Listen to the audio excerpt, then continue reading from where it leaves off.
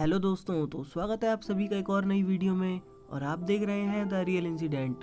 और दोस्तों, मैं आपका होस्ट राजू। तो वीडियो में आगे बढ़ने से पहले अगर आप नए हैं तो हमारे चैनल को जरूर सब्सक्राइब करिए और बेल आइकन को प्रेस करिए ऐसी ही रियल इंसिडेंट वीडियो देखने के लिए। दोस्तों, समय बीत जाता है परंतु यादें कभी नहीं मिटती। वो डरावनी यादें जिसे भुला पाना शायद मुमकिन ही ना हो।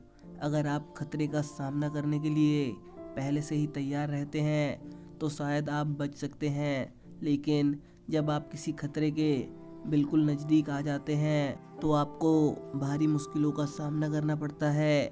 बिहार राज्य के रहने वाले योगदत्त, जिनके साथ ये डरावनी घटना घटी, वो आज इस घटना को बताने जा रहे हैं। दोस्तों, दोपहर को 11 बजे पटना से मेरी ट्रेन थी। मैं स्टेशन करीब 10 बजे ही पहुंच चुका था। गाड़ी आने में भी 1 घंटे का समय बचा हुआ था, इसलिए मैं समय बिताने के लिए इधर उधर स्टेशन पर घूमा जा रहा था।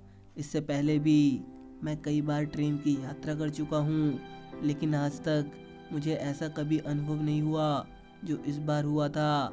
जो ही ट्रेन अचानक प्लेटफॉर्म पर आई, उसके हॉर्न की आवाज़ से मेरा पूरा शरीर सिहर गया।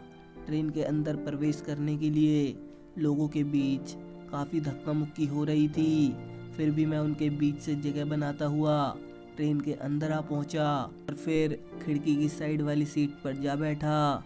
थोड़ी ही देर में ट्रेन खुल गई। वहाँ मौजूद सभी लोग अपनी सीट पर बैठे हुए थे। वहाँ हर कोई कुछ न कुछ अपने कामों में व्यस्त था।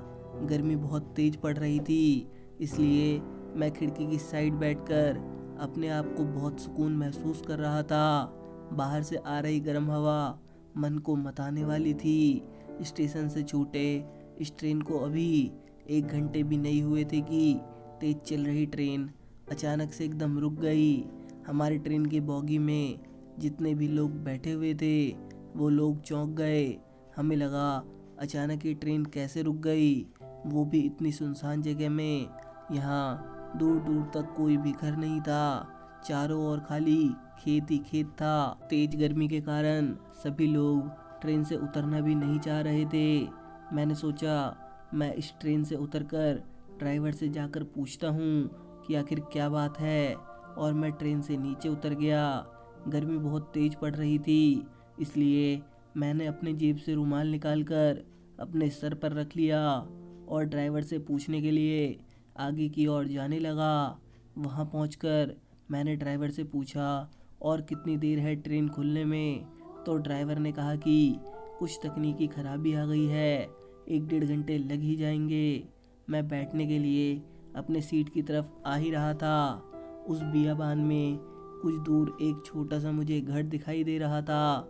मैंने सोचा अभी तो यहाँ पर बिल्कुल खाली खाली सा लग रहा था, पर यह अचानक घर कहाँ से आ गया।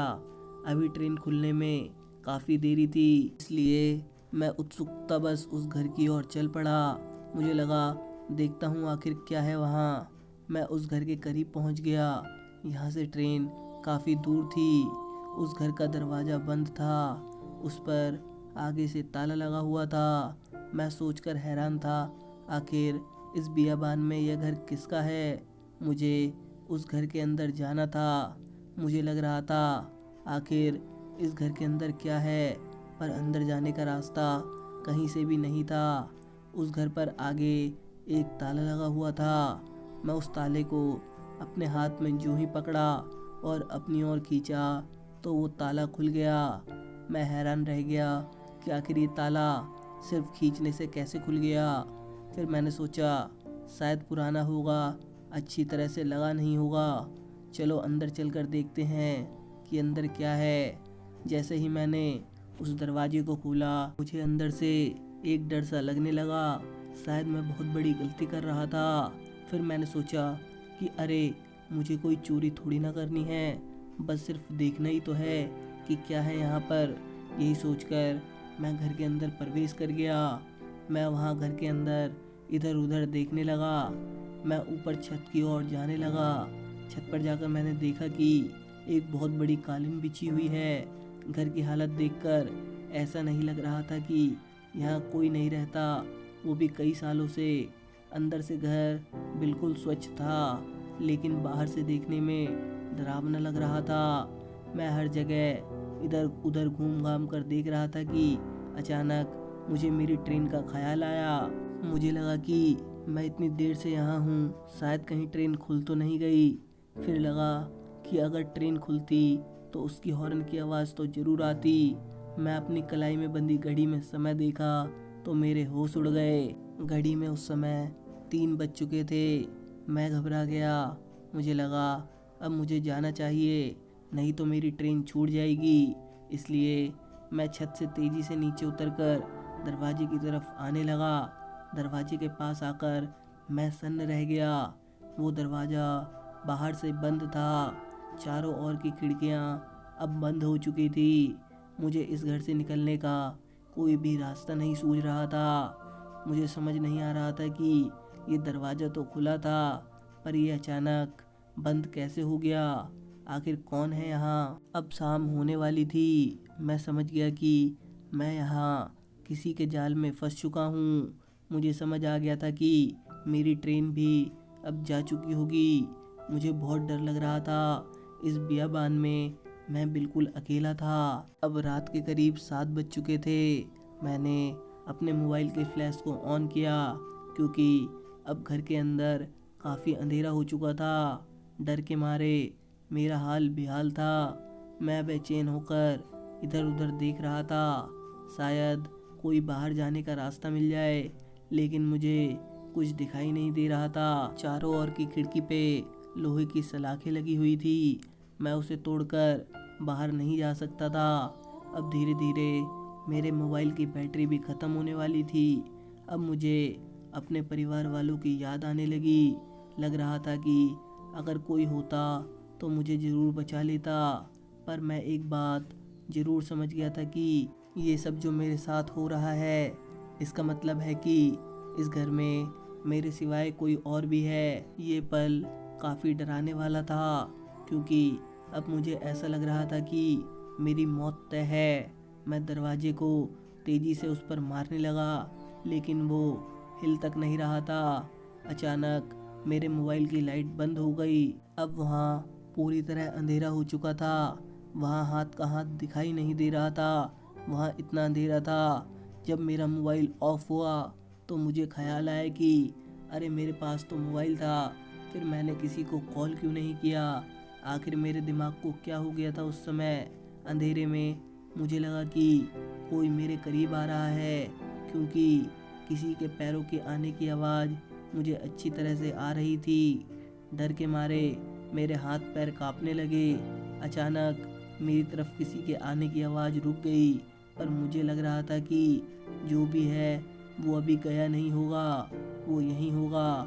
और अचानक उस घर में किसी औरत की बहुत ज़ोर से चिल्लाने की आवाज़ आई। आवाज़ इतनी डरावनी थी कि मेरे पूरे रोंगटे खड़े हो गए।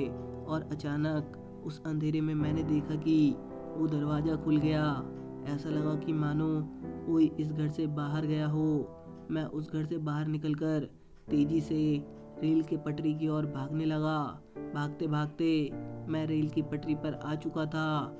यहाँ से मुझे दूर दूर तक कोई भी नहीं दिख रहा था। मुझे लग रहा था कि आखिर जाऊँ तो जाऊँ कहाँ। अचानक मैं तकरीबन 8 फीट की एक लंबी औरत के एक काले लिबास को अपनी ओर आते देखा।